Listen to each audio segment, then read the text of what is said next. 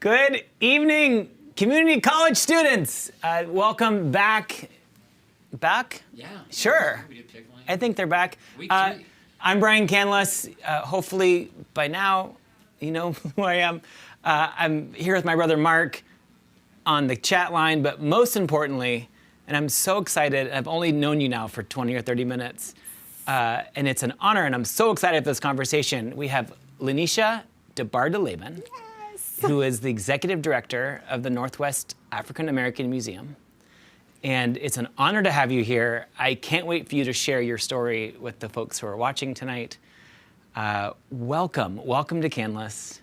Brian, thank you. We are so excited to be here tonight. So for those watching at home, please hop on the chat line if you have questions. I have a bunch myself. We want to talk about the museum. We want to talk about Seattle Black history. And I think I should also say, I'm a little nervous for this conversation. I have been all week because I am not an expert on any of this, and I had this desire. I should like cram and read all I can about the history of Black Seattle, and I need to come across appearing knowledgeable, and I realize that is just not true. I'm not an expert. I don't know very much, and it's more honest to say that up front, that I'm excited to learn and to have you here and to teach and to have your voice be the star tonight. So I am ignorant and I'm ready to really start learning. And thank you for being here and teach us about this city and your story. And let's start with like, who are you, where did you come from, and how did you end up being the executive director of this museum? Brian, thank you so much for having the Northwest African American Museum here tonight. We are a teaching institution, so that is why we exist. That's why we are seated here right now. Yes. I'm the student.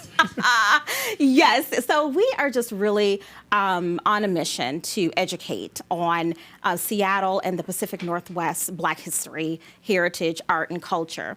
And I love Black museums, and I love the Northwest African American Museum.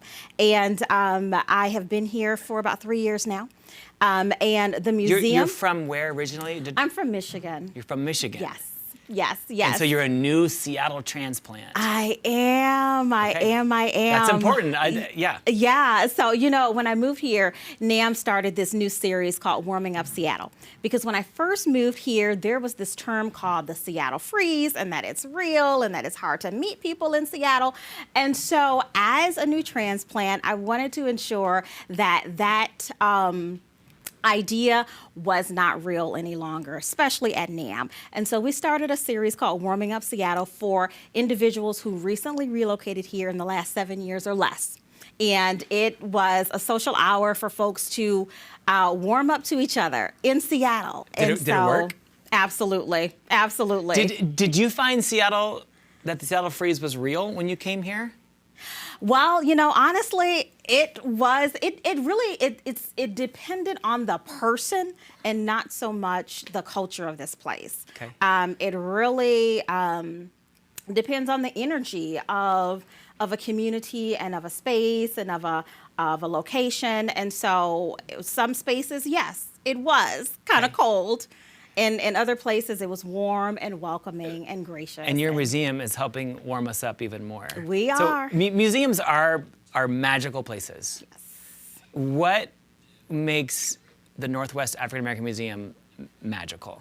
What do you love about it so much? What made you move across America to run this museum? Exactly. So we're located really in the heart of Seattle Central District.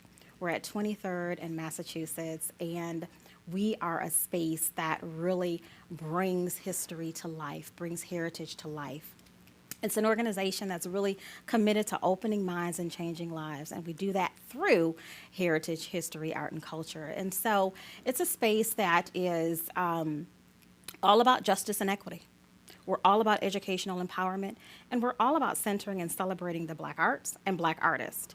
And so we do that through exhibitions and through programs and through educational experiences. But we're so much more than a museum. We are a central gathering space. And so when COVID hit, our mission didn't change. We simply just pivoted the genre in which we fulfill our mission. And so we're still gathering people just virtually. We're still educating, but outside. So we've taken our programs outdoors, and on many occasions, we're having pop-up experiences for our region. And so that is what really excites me about NAMM, is that it's a museum that never slows down. Are you, the artists or the exhibits, is it only folks from the Northwest? Are you celebrating artists from around the country? Yeah, our focus, although we make space for local and regional artists, we tell the African American story. And so one of the exhibits that we will showcase when we open up is the art of Elizabeth Catlett, who was one of the most significant Black women artists of the 20th century. But we give space for local Black artists to create experiences for our community through art as well. Awesome. Okay, so it's a museum that showcases art and culture and history of our region. Can you talk about what is the story of Seattle Black history? Like, where would you start that story, and what can we all learn about that story right now? Yeah, the story of the Black experience in Seattle is rooted in the experience of our ancestors in West Africa over 400 years ago, during the period of capturing free Africans from a free land and enforcing bondage on them, and enforcing this ma'afa, this horrible transport across the Atlantic. What was the word you just used? The ma'afa, the Middle Passage. The Middle Passage, and that was the transportation Yes. of the slaves. Yes, absolutely. Where 12 million enslaved souls and lives and bodies were forced from homeland through the door of no return to this strange new world. But upon arrival, they had a spirit of survival and overcame all obstacles and barriers, many times losing their life to retain dignity, human dignity. And so after the experience of American chattel slavery, African Americans chose to reconstruct their lives, and that led to the era of Reconstruction. And then from there, it was this migration. What period of history are we in right now? Is this the Right. Reconstruction? Right. So this was post-Civil War. Okay. So the 13th, 14th, and 15th Amendments, the Freedom Amendments, changed the laws and the landscape of America. And after that era, during the 1860s and 1870s and 1880s, African Americans reconstructed their lives, their sense of community, and they began to develop institutions that would create new opportunities and new life. And we find that happening here in Seattle as well. So in 1886, in Seattle, we find an African American community establishing the first congregation. It's called First AME Church, First African Methodist Episcopal Church, 1886, here in Seattle, a part of this movement of reconstructing opportunity. Where was it? Yeah, so First AME Church is right near. It's still here today? Yes, absolutely. A thriving congregation that is serving community and making a difference and giving hope. And then 4 years later, 1890, right here in Seattle, a second African American congregation was established, Mount Zion Baptist Church, which has been just a powerhouse of an institution for civil rights and social justice activism. And so Seattle has had an African American population that has always resisted oppression and created opportunities for equity, equality, and freedom for all. We find in 1913 that Seattle's African American population established the NAACP, which was a very young organization at that time, and it was founded by a black woman. The first president of the NAACP, 1913, a black woman. Wow. Of the Seattle chapter? Seattle chapter. In 1913. Mm-hmm. Absolutely. Are there other, what other events are like lesser known events of Seattle Black history, or keep telling the story of how we got to today? Or? Yeah, so when we continue to progress along that timeline, we find that in 1930, similar experience with the establishment of the Seattle Urban League, founded by a very dedicated group of African American men and women, and the first organizing spirit was a black woman. And 1947, the first black teacher in the Seattle public schools, a black woman, Thelma DeWitty. And so black women have really been leading the way for change and for uplift for all in this community and in this region.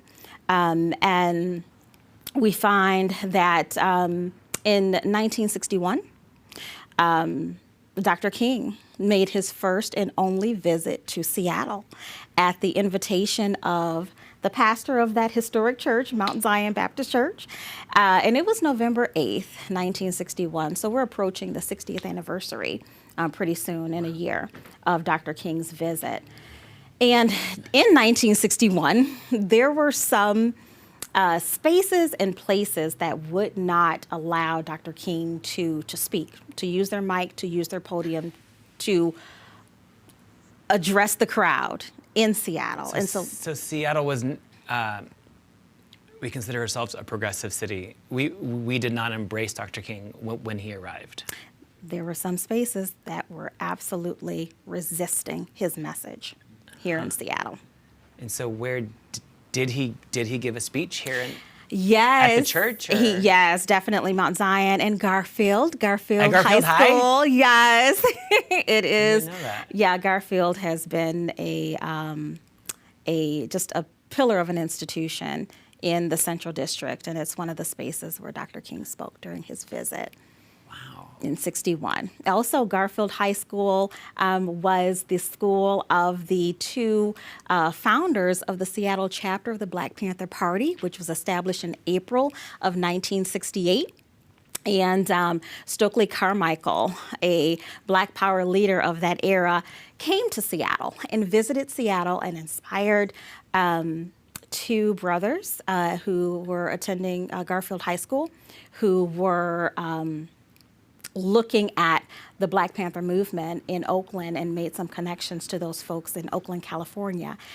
And in April of '68, the Seattle chapter became the first chapter of the Black Panthers to be established outside of the state of California. Now, I'm from near Detroit, and I've been to Harlem, and I've been to Chicago, and I've been to Boston and Philly, and you would think that those cities where there's a large population of African Americans would host the first chapter of the Black Panthers outside of California. Nope, it was Seattle, Washington. Here in Seattle. It's here in Seattle. In the CD. Yes. Right there. Absolutely. We learned at the KEXP class. Yes. We had DJ Morgan sitting right where you're sitting. Yes.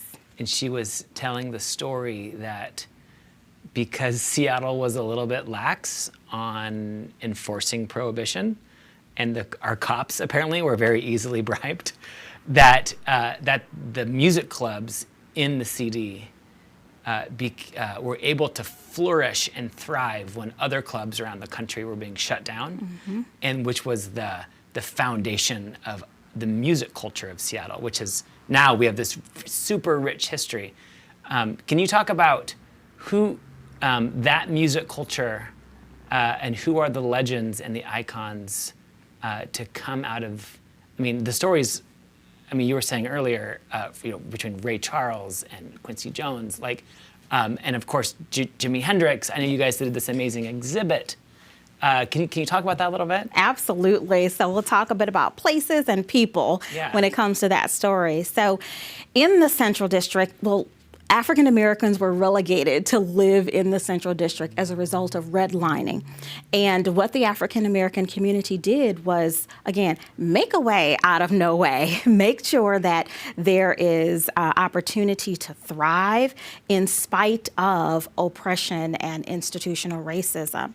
And so the Central District was a community that hosted several important entertainment venues, such as Washington Hall and Black and Tan Hall and the Royal Esquire Club. These were spaces that national entertainers such as Duke Ellington and Count Basie and gospel singers like Mahalia Jackson would all come to Seattle to perform in these entertainment venues, as well as key civil rights leaders would come. W.E.B. Du Bois came.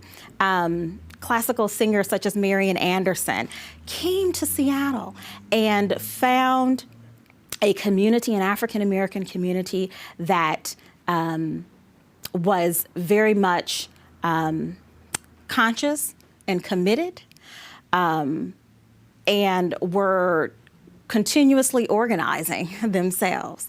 And so there have been just a number of national figures that visited Seattle that performed in these important spaces and places in Seattle. And when we think about those who were from here, who represent just the grit and the tenacity of being born and raised in a city that has a very small African American population, but is full of creativity and genius. We think of folks like Jimi Hendrix, who was influenced by his grandparents, who were vaudeville entertainers. His grandmother was. I didn't know that. Where? Yeah, so they were from Louisiana, I believe, and they were a part of that migration story in the 20th century of African Americans migrating from the South north and then from the Southwest, and ended up in Seattle. And his grandparents were big players in the vaudeville entertainment industry, and they influenced Jimmy. So his grandmother was a performer, his grandfather was a stagehand, and they exposed him to these colorful costumes and this way of being on stage. And that's where all his glam came from? Absolutely. He was born into it, and it was born into him. And so he was actually drawn to the arts as a child, and not the musical arts first. It was the fine arts. He was an exquisite artist. And like Jimmy would draw or paint, or? Yes. Yeah, beautiful pieces. Beautiful pieces. Do you have as any a at child. the museum? It was on display during our exhibit, Bold as Love, Jimi Hendrix at Home, which won the 2019 Exhibition of the Year Award. For the whole country? Well, for King County. Oh, it's amazing. Yeah. But that is the same year that NAMM was also a finalist for the National Medal for Museum Service Award, which is a national award. Wow. And so, we really take honor in preserving the legacy of individuals like Jimi Hendrix. And we also feature the story of Quincy Jones in the museum. Can you tell that story? Well, yeah, Quincy Jones from Chicago, again, a part of that migration. His family ended up in Seattle, and he was a musical genius, and he and his brother were shaped by Seattle's African American culture and legacy and tradition. And Quincy Jones was able to interact with Ray Charles when Ray Charles lived in Seattle for 2 years in the 1940s, and was destined for the powerhouse in music that he would eventually become, Quincy Jones. And of course, they were also interacting with women jazz performers like Ernestine Anderson, who was beloved in Seattle's African American community. Wow. And so this community has such a rich artistic heritage. I continue to be blown away by your knowledge, and yet you told me just before we went on live here, we skipped past part of your story, but you got your undergrad degree in Michigan. Yes.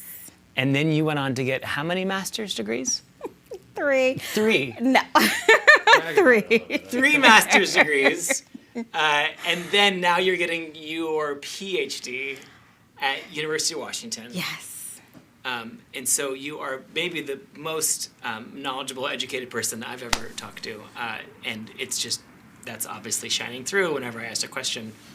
You know everything. Not so even. Thank you. I just love history. I love the stories and the people behind these stories. It's such an inspiration just to hear how people just overcame all odds to be who they are. Yeah. And that's what museums are all about, helping us all to become our best self. At the end of the day, that's what museums help us do. We do it through art. Right. We do it through exhibitions, we do it through stories, but at the end of the day, we're striving to just help everybody become their best self. Wait, when you moved to Seattle, did you discover any gems in this city, any spots of African American history, or what are those? I mean, you came from Detroit, which feels like has so much more history than we do. What are those spots in Seattle that are like those hidden gems? Well, first I was drawn to the Northwest African American Museum. Yeah. First spot was getting to Coleman School, built in 1909, and it is just a beautiful architectural gem, but most of all, a beautiful cultural gem in the landscape of this city. That's the building that the museum's in? Yes. And why is it, it was a school first? Absolutely, yes. Coleman School operated from, it was built in 1909, and it operated until the early 1980s. The museum would take shape and open in 2008. And there is affordable housing above the museum. Oh. And so it's a multi-use facility. Cool. And so I was drawn first to NAMM, and then right up the street from NAMM, 23rd and Yesler is where the Douglas Truth Library is. And I was drawn to that beautiful building. It was built in 1914. And Who is Douglas Truth? Yes. So this library is named after 2 significant African American historical figures, Frederick Douglass and Sojourner Truth. Got it. Yes, and it went through a name change. It was formerly the Yesler Library branch of the Seattle Public Library. And the Douglas Truth Library has one of the most significant collections of African American literature. Here in Seattle? Yes, right here in Seattle. You mean in the whole country? Along the West Coast. That's amazing. It is a significant collection. It is, it's one of my favorite places in the city because you're just surrounded by these books that have made America better and that have given us wisdom and a way forward. Books by James Baldwin, for example, one of my favorite writers, who said, if we would just understand ourselves better, we would damage ourselves less. writers like, oh my gosh, Maya Angelou, and collections of books about Nina Simone, and all these beautiful African American figures. And so the Douglas Truth Library is a gem, which is a part of the Seattle Public Library, which is led by Marcellus Turner, the chief librarian here in the city. And so it's a hidden gem. Island Soul Restaurant is another great Hold on. spot. Island Soul. Yes. Restaurant. Yes, on Rainier. I love that you're teaching me about the restaurant scene. Yes. I've never been. Oh, yes. Why is it so good? It is delicious. It is delicious. What kind of Caribbean, food? Caribbean cuisine. Caribbean. Soul food. I mean, that would make We gotta go. sense. Yeah. Are they I'm a open big. right now? I'm a Can we big. support them? Have you been to the Yes. Jerk Shack in Belltown? No. Oh man, he crushes it. Okay. That's the real deal. Also. Trey Lamont, the only 100% black-owned restaurant in Seattle. Isn't that amazing? His name's Trey, and it's amazing, and it'll change your life. The food is so good. So you got to go. I gotta go. Jerk Shack. Yes. But sorry, Thank you. back to. Thank you. Tell me more about this restaurant. Island Soul is owned by an African American man whose family is rooted in the Central District, and oh my goodness, the cuisine is just delectable. And so Do you know if they're open right now? Yeah, I don't know either. I don't know. It's hard in the restaurant world these days. It is. It is. Yeah. Island Soul. I can't wait. Yes, yes, yes. Okay. Oh, there's so many good spots for African American cuisine in the Central District and around the Central District. So those are two of my favorite spots. I'm just looking this up right now because I feel like this just needs to get so. Please do check. It says on their website. I just want to give a pitch for Island Soul right now. First of all, the website looks amazing. They're open. Come feature Soul.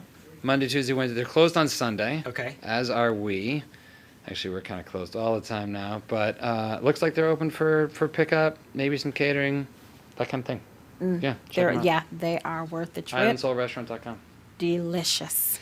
You mentioned Jimi Hendrix, several other like Seattle stars in your story. Are there other stars from our region that are featured in your museum? Yes, Jacob Lawrence is one of the most important African American artists of the 20th century. He is known for what's called the Migration Series. It was this series of artistic works, masterpieces that he created that pretty much artistically tells the story of African Americans migrating, again, from the South, north, from the Southwest.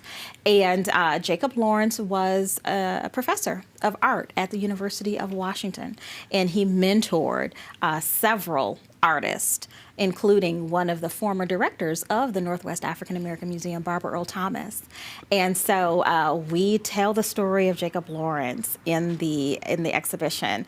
Octavia Butler is a sci-fi writer who has a spot in the museum. There are just a number of African Americans who have made significant achievements that are featured in the exhibition. I mean, from the pioneer days and from the 1800s to the very present, to the young people who are leading the way today. We feature a youth program called the Youth Curator Program, where we center young people in the creation of exhibitions. We teach them the art and the science of museum curation. And they have an exhibition in the museum right now as well. What they did this year, we pivoted and went online this year with our Youth Curator Program. And they created their very own Black History cartoon. We trained them on animation technology. And they created a Black History cartoon about Pacific Northwest Black history. And so we feature all kinds of stories in the museum. And right now the museum is closed. Mm-hmm. Yes. But looking on your website earlier, you have lots of cool virtual interactions with art. You have story time. Yes. That you can have your kids like watch along and have these cool books read. What other things are you doing right now to connect? People can't visit the museum, and I don't know if you have a plan to reopen yet or not, but how do I connect to your museum, or what are you excited about on your website right now? Yes. We are so excited about this new initiative called Knowledge is Power, because knowledge is power. And so we've created this book giveaway program. We're giving 1,000 free, beautiful new African American children's books to children in the community. Cool. That really enhances cultural literacy. Okay. Because the more we know about African American history, the more we know about America. And so we are just thrilled with that series. We are literally popping up all over this region with these cherished books that we distribute. And it's beautiful to see the faces of children, their parents, and their grandparents just brighten with the opportunity to build their home libraries. And as a trained librarian, that just makes my heart sing. And when we talk about grandparents, we recently hosted National Grandparents Day at the museum virtually online this year. We partnered with AARP, and we literally had a party online for grandparents. And so there's something for everyone. There's something for all family members. At the museum online, we partnered with 5 other African American museums this year to commemorate Juneteenth. And we had a feature of Lonnie Bunch, who's the first African American secretary of the Smithsonian.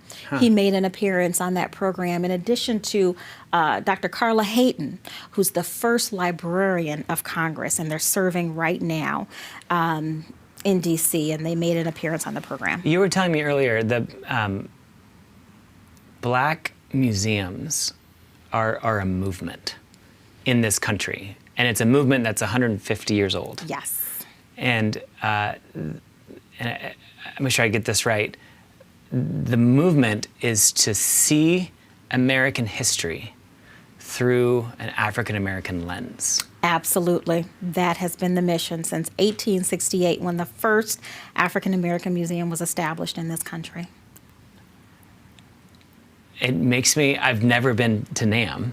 I feel like I'm getting a small piece now. Yes. But it makes me think about my own family.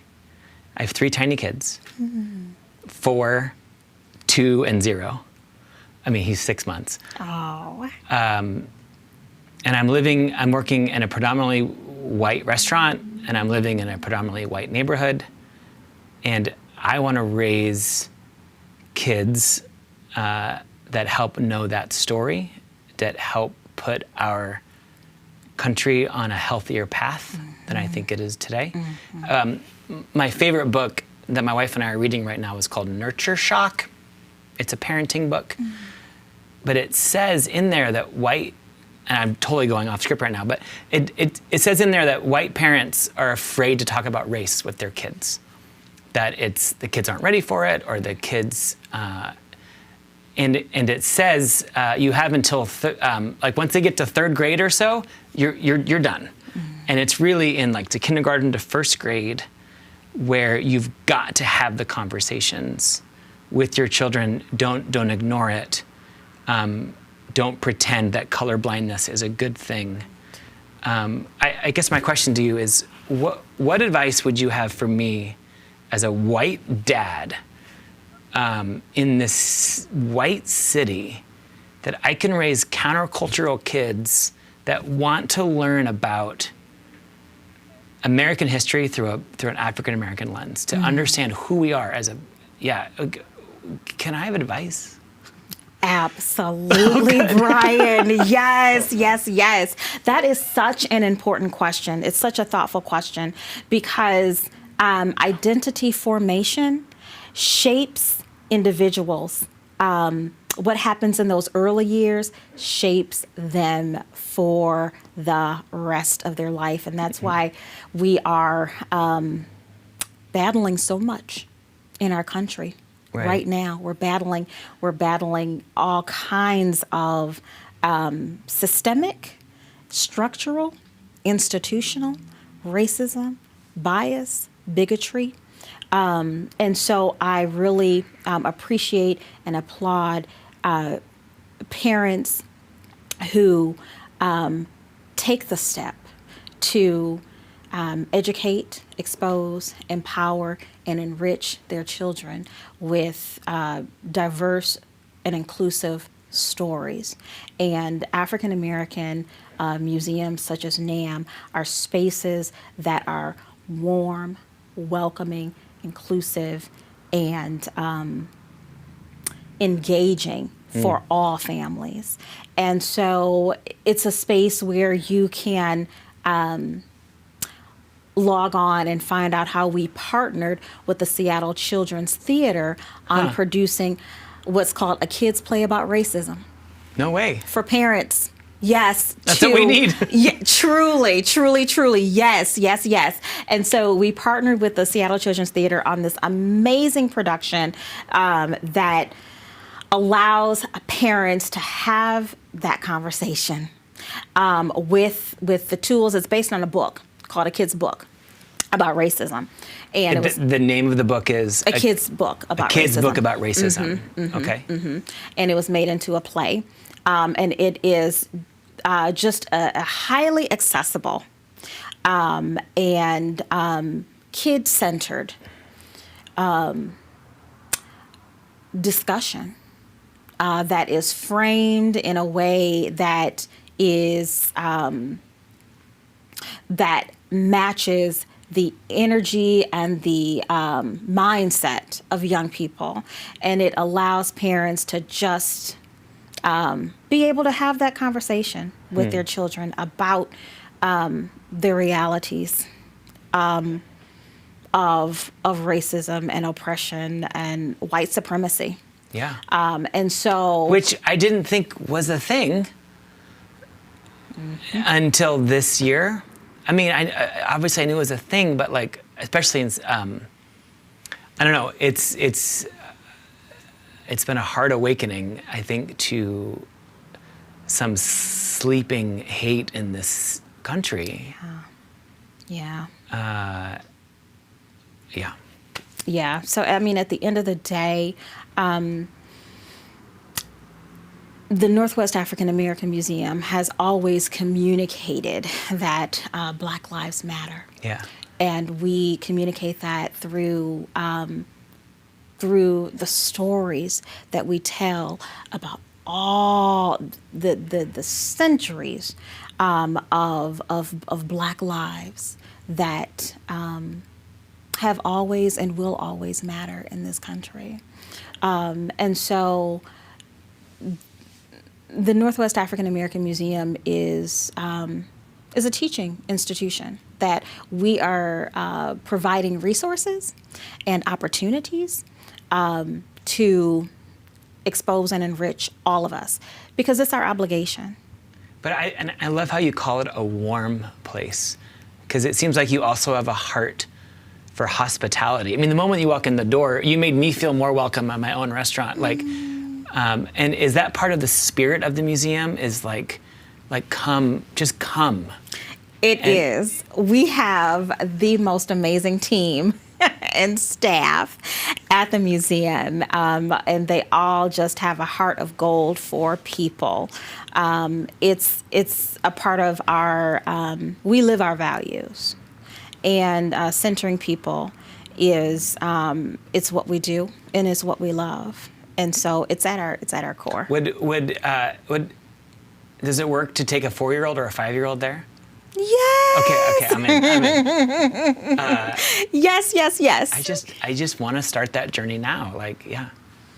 Yes. I'm getting a flag from my brother saying we have some really cool questions. We got some questions. Good. Sorry, I could talk to you all night. I want to keep learning. Thanks, Brian. Mark, what's out there? All right, you guys. Look, there's so many questions. Can I just throw a few out there, and LaNesha, you can grab whatever you're interested in. I'm Yes. just going to flip over to these here and grab a couple. So First of all, Seattle Freeze just triggered a whole discussion in the chat world, and yes, it is real. I'm wondering if it's more real for minorities. That kind of in there, and you could go there if certainly if you wanted. And then, so we're looking at a couple things. I wonder if there are reading maps for the suburbs. I know there is for Seattle, and talking about redlining and, redlining maps. I just read the word reading, but redlining maps, knowing that we had them for Seattle, but suburbs and redlining and that kind of thing. And also a question around sundown towns in Washington. And if you know anything about those, if so, where? I mean, the city has a dark history with redlining. Definitely. And we created an exhibition using art to tell the story of redlining in Seattle. Bloodlines, red lines, timelines. The artist was Warren Pope. And we partnered with the Wing Luke Museum of the Asian American Experience. And together, Wing Luke, NAMM, and the National Park Service has created a walking trail where you can walk this path that historically was a red line on a map that designated where African Americans and Asian Americans could and could not live. And the walking trail allows individuals to see the folly of housing segregation. These restrictive covenants had very derogatory language historically. All over Seattle. I've read about this. I used to live in one of these neighborhoods, yes, north of here, that and I had black neighbors who told me the story of they were the first. I mean, it's amazing that our neighborhoods had covenants that said, and this is not that long ago. Right. And again, we think we're this progressive city, and yet the roots of racism are deep. You're right. Very derogatory language in these covenants. No respect for the humanity of people of color in these covenants. And so it took the Fair Housing Act of 1968 to begin to dismantle those restrictive covenants. And we then began to see shifts in housing opportunities for communities of color in Seattle, but not until 1968.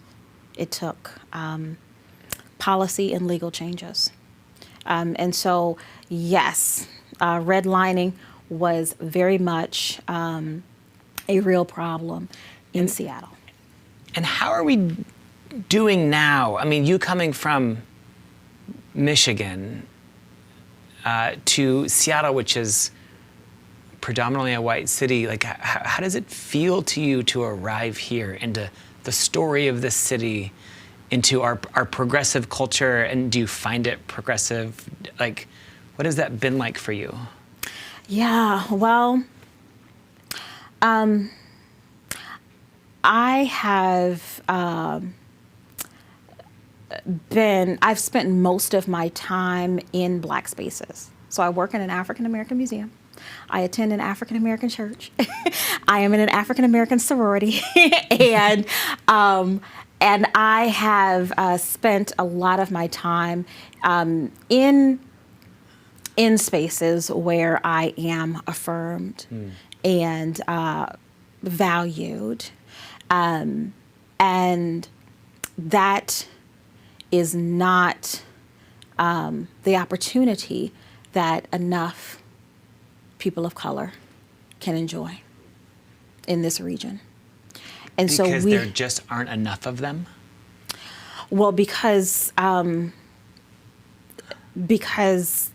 racism is so real. Yeah. It's so real in this region and in this country. And so we have so much work to do. And I'm always reminded of the philosopher Cornel West, who said, to live is to wrestle with despair, but to never allow despair to have the last word.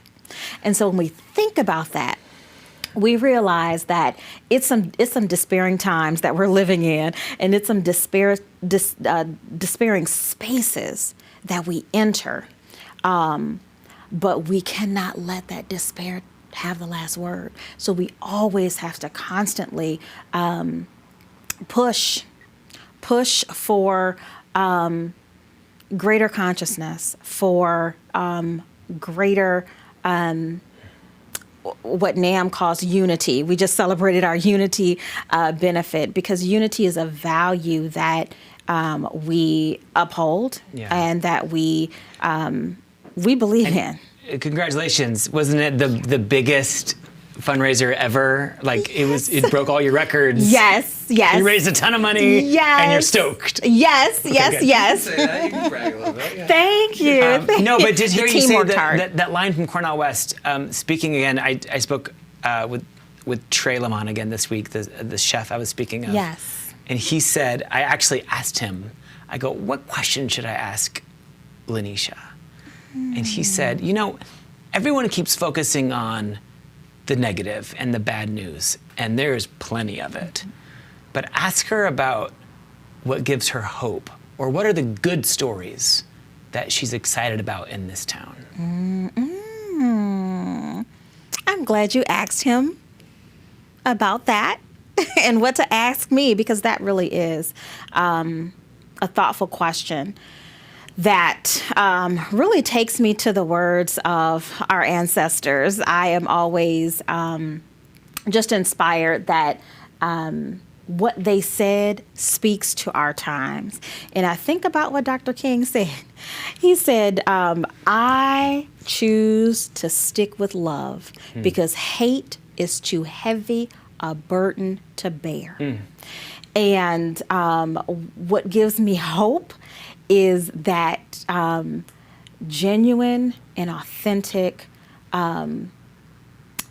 love, which is an energy of care and compassion one for another, can be felt, can be shared, can be experienced, and can make our community a better place if we just choose, as Dr. King said and demonstrated, to stick with it. Stick with love.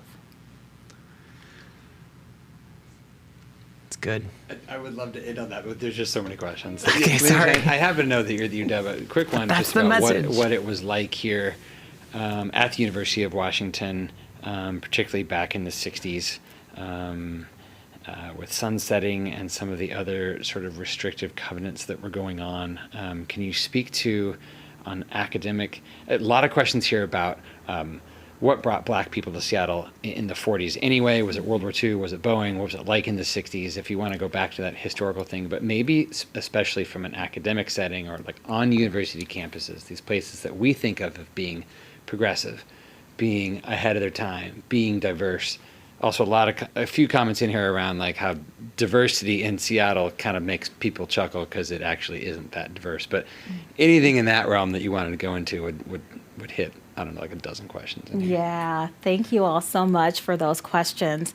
I'm reminded of the book that Jim Lowen wrote called Sundown Towns. He also wrote the book called Lies, My Teacher Told Me, and Lies Across America, talking about monuments and these public spaces that have perpetuated myths and lies that have marginalized the contributions of people of color to this country. And these lies are oftentimes perpetuated in classrooms and even in higher education classrooms and spaces. And so the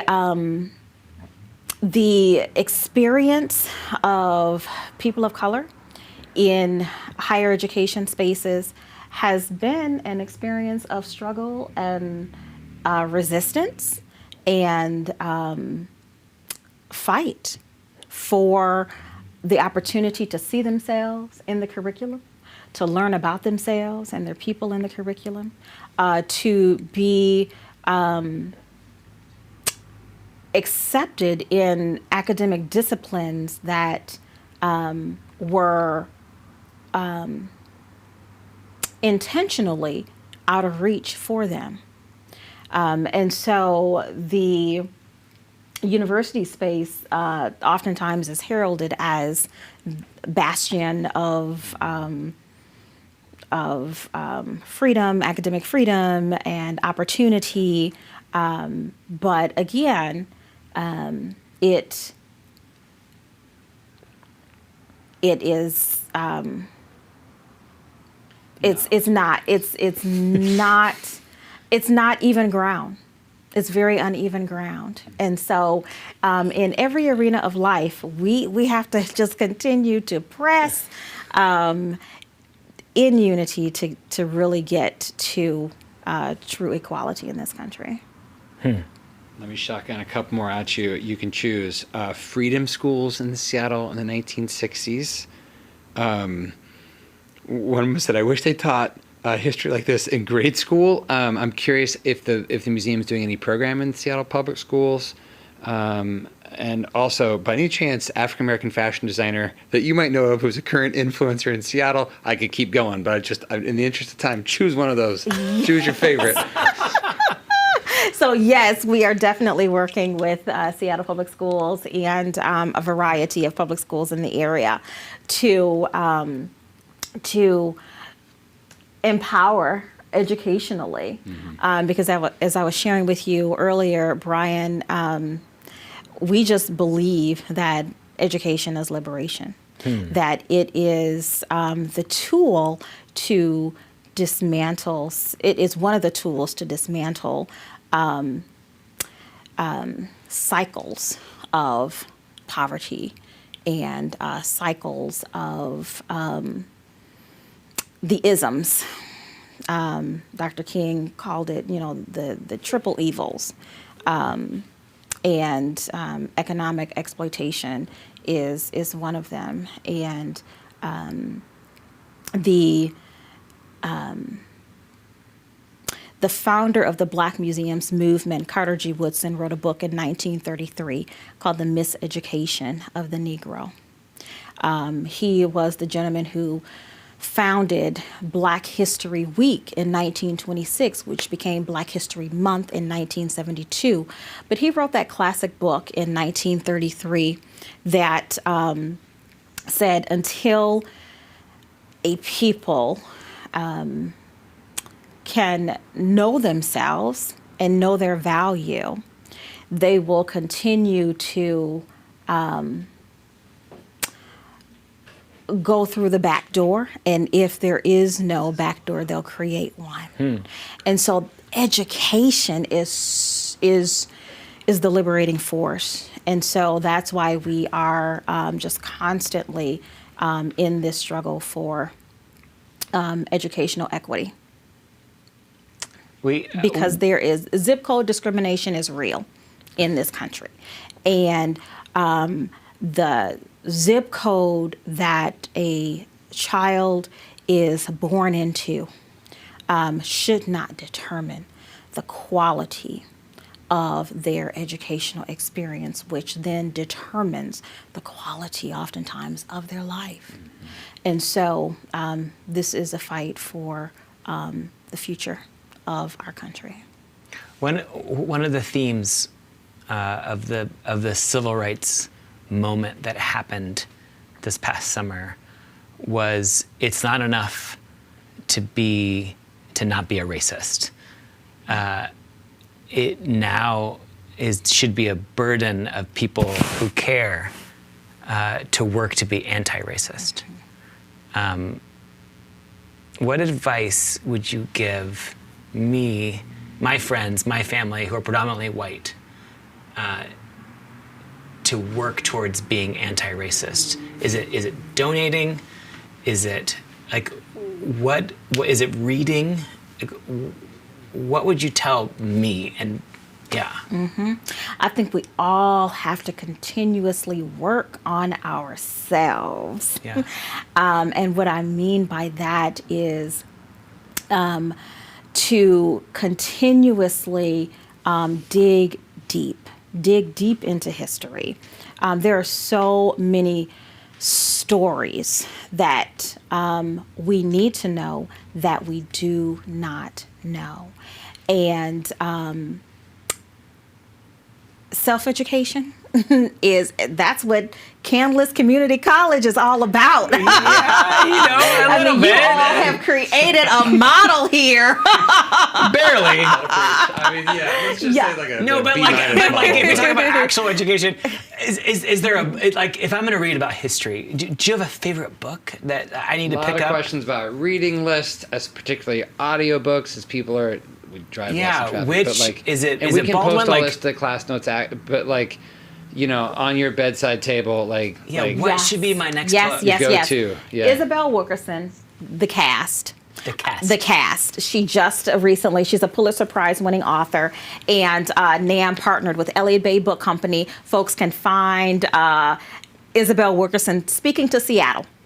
NAMM and Elliott Bay partnered to feature her talk about this amazing new book that cast a new light, that places a new light on American history. And it is revolutionary to understand the story of ourselves as a people, as a country, through this new lens. And so Isabel Wilkerson, The Cast, is an extremely important book.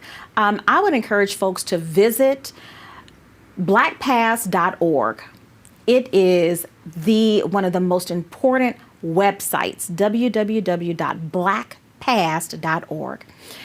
It is the comprehensive site for African American history that tells every story almost imaginable, and it was founded by a professor at the University of Washington here, Dr. Quintard Taylor. And it's an award-winning site that I think anyone who's striving to dig deep should visit. Any book, essay by James Baldwin. Watch Anything. I Am Not Your Negro, which is a Anything he's ever recent, done. I Am Not Your Negro is a recent documentary that tells the story of James Baldwin. He's one of the most important writers and thinkers that's still speaking to our times. Even while he is in the grave, his words remind us that history is not about the past, he says. History is a force that we carry with us, that we are unconsciously controlled by. And that history is literally present in everything that we do. He says we owe our frames of reference and our identities to this force of history. And so James Baldwin is someone that we have to know, we have to read as we dig deep. And then definitely giving to institutions that are all about justice and equity, that are helping to build a more equitable community, and linking up with those organizations is something that we can all do. All right. Do we have time for one more? Or? Well, I mean, here's the thing, because you're not going to say it, but I'll say it. The shameless plug. You could also just sign up for a family membership of NAMM. You know what I'm saying? Like, you could go to the museum. You could just start there. It's this incredible Become a resource. member of NAMM. And someone just said, "Hey, this Great was start. you had so much praise on here and appreciation for your time." This one gentleman was like, "This is fantastic. I just purchased a family membership to NAMM. So happy to have it in my new town." So like, there's that. You could start there. We're also going to put a reading list. There's a lot of resources here. Warmth of Other Suns is the book that I'm reading right now, and I just so if we could just pick our brains, we'll put that in the class notes. But yeah, I think just to say, like, you can go ahead and just get a membership to the museum. Yes. Would be Get like memberships. A Come great on, start. people. Just go do that. Join what we call the NAMMily. Yes. Join the I love NAMMily. it. Well, and go online and look at the you have this artist that does these sculptures. Yes. And they're stunning. And he gives you a tour of his sculptures and his heart behind them. And Yes. It's good content. Absolutely. Yeah. Yes, we feature local Black artists like Chris Shaw and Hiawatha D and these wonderful virtual exhibition experiences. Yeah. So we welcome folks to our website, to follow us on social media, to keep up with all that we're doing in the region. We are popping up everywhere in this COVID season. Awesome. LaNesha, It's an honor to have you here. Thanks for you. teaching me, for teaching us, for coming into our space with your knowledge, grace, and just the best presence ever. In our city. It's Thank awesome. you. Thank you for being part of this. For those at home, thank you for watching.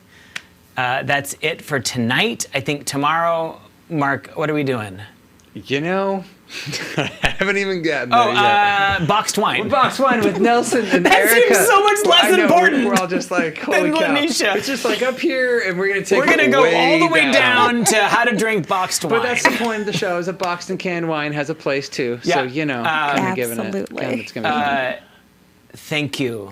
Brian, we thank you, NAMM, and our team. We're so incredibly grateful for this opportunity to partner with you and with Canlis. You just make us better, and thank you. Oh. That's it from here tonight, everyone. Have a great night. We'll see you tomorrow. That's a wrap.